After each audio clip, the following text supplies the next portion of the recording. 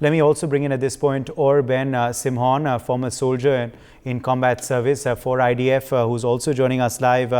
Ben, new development, of course, that has taken place over the last 24 hours. Two civilians who were held hostage being released, both of American origin. How do you view this decision and this development?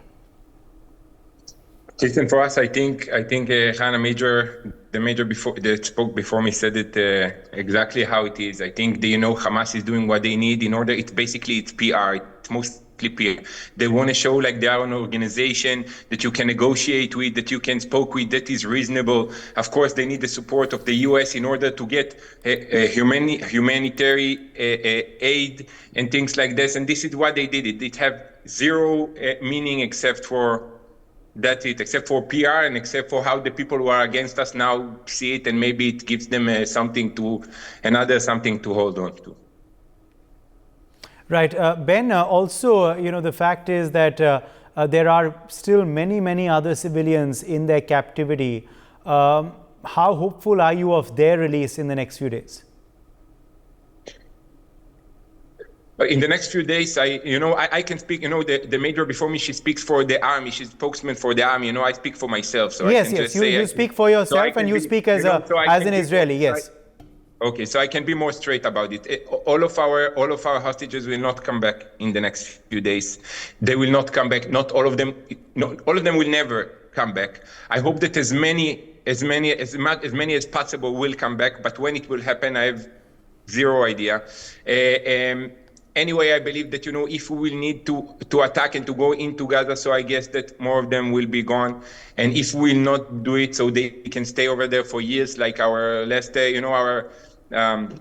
last hostage was in Gaza for years until we needed to release a few hundreds of terrorists in order to get him back. So not really optimistic about the hostages. I don't think there is anyone who is optimistic about the hostages right now. Yes, we do hope somehow with the pressure of the international community, to get maybe the kids again, not because Hamas, will feel sorry for the kids, but maybe they will need someone from the international community. So we sure hope for the kids, but except for this, I don't think anyone have hopes for the rest. Yes, for all of them at least. Okay. Also, the fact I would like to ask you on is, of course, about the fact that do you believe they are sending out a message by only releasing those of American nationality right now? Do you believe there is some messaging of Hamas in that as well? Yeah, the answer, yeah, but I think it's much more simple than that. Hamas, they have a lot of pressure also from the inside. People doesn't, you have we still, our government reported there is no humanitarian disaster right now, but still there are needs that they cannot get, and it certainly create pressure from the inside, and they need to release this pressure. Also, they themselves, they need to let some things in for themselves, and this is the price that they needed to pay in order to get it. That's it. I think it's that simple. I don't think there is deep messages in this. And of course, the PR, like I said at the beginning, to show, we can. It's possible to negotiate with us, and we are a reasonable organization. What, of course, at that point, most of us who follow that war and follow the context on the media, we know that that this is not the truth. That this is just the most terrible terror organization, not different from ISIS, and it's something maybe even worse.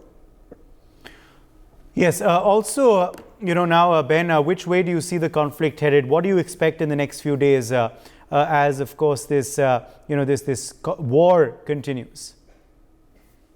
I tell you what, this is the best question that you can ask right now, because this is the most terrible thing. As we speak, 5 minutes ago, if you called 5 minutes before, so I had we had an alarm, and I heard by the noise, you can tell now by the noise. I'm pretty sure that I had a drop maybe 100, 200 meters from my home.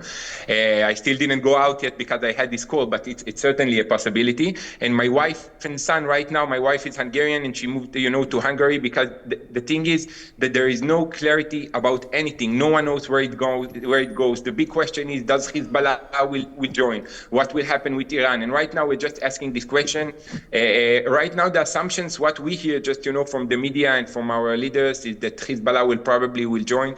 And then it's a whole different story, because I don't know how much people in India and your viewers right now, how much they know Israel and the situation in the Middle East. But, it's that simple. We are a tiny, tiny, tiny country. If you look at the map, like a dot, and then around us, a huge Arabic countries. And, and when you imagine, these big countries attack us. So, of course, we know, we are certain, and we know 100% that we win this war, but our losses is not like in different huge massive countries. For every country it's terrible, to have losses, but here you feel it. Here, after 2-3 days of war, everyone have a cousin, a brother, a friend, or someone who got killed or got injured. Everyone.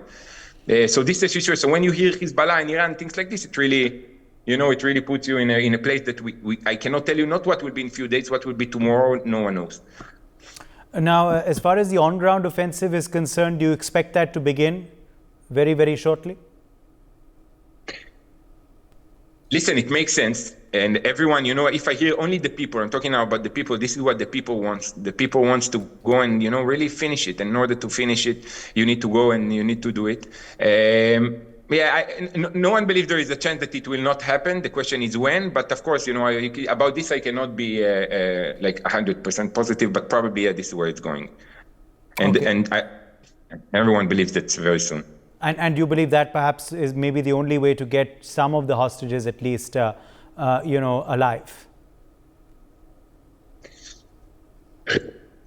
Every person that I speak, this is a very, very, very difficult question, because no one can say, I have priorities before getting the hostages. Like, no one say, okay, we need to finish Hamas and the hostages will be the price. Why you cannot will be the price that we will pay? Now, why I cannot say something and take it out of my mouth? Because it's not my son over there. It's not my son. And if it was my son, maybe you're here a completely different world. And we also know how much of value Israel places to its citizens' lives. Exactly. So no one can say it out loud and say, okay, just finish Hamas and this will be the casualties. No one can really say it. But I think the priority here is to finish Hamas, not because I don't care about the 210 hostages, is because bringing back these 210 hostages the price that we will pay for it can be much, much larger in human lives than future hostages. You understand what I'm saying? So finishing the war right now, or not going inside, or not finishing it and thinking only about the life of these hostages now, for sure will make us lose many more souls.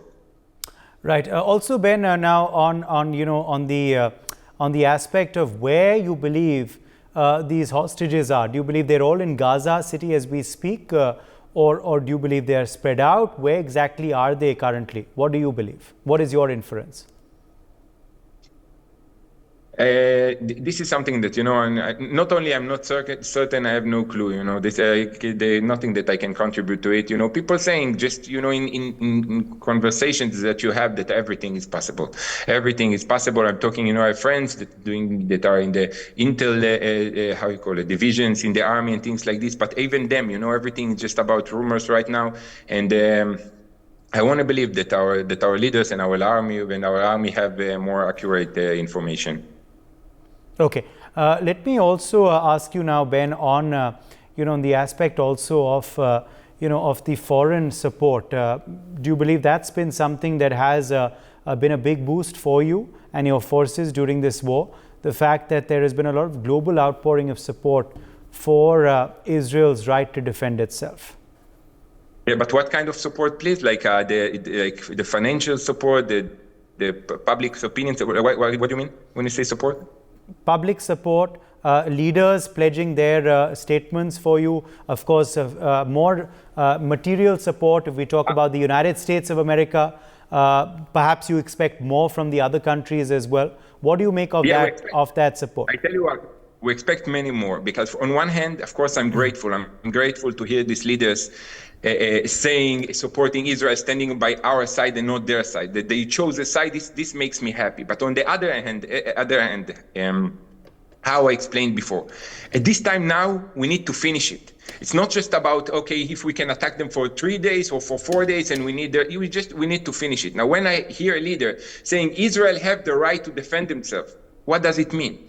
Whether Israel need to do whatever it takes to defend itself, but what does it mean? Like when they attack us, so everything goes, and when we attack, we have all these protocols, that knock on the roof protocols, that you know what it is, that you alarm them, that you tell them before you shoot anywhere, you need to tell them things. Now, we need to play by rules that I don't know how these rules you can really finish this thing. Now, when these leaders, they are saying this, we are the citizens of Israel, on one hand, it's really, it makes you happy for a second, but then you say, wait. If we go deeper, and if there will be innocent people dead on their side, and when the pictures that that you see now on our side, on the media, when the pictures will start to flow from there, what will happen then? Does the public opinion, does the leaders will say you still have to do whatever you need to do, or they will tell us, okay, yeah, we understand you, but maybe stop? And we really hope that this time they will let us do whatever it takes to protect our country, to protect our people. We have such a small piece of land on this world, the Jewish people, it's such a small piece of land. And this is the only place that we have, and we hope that they will let us defend it properly.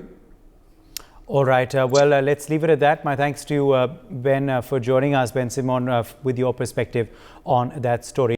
For more such videos, subscribe to the NewsX YouTube channel, hit the bell icon.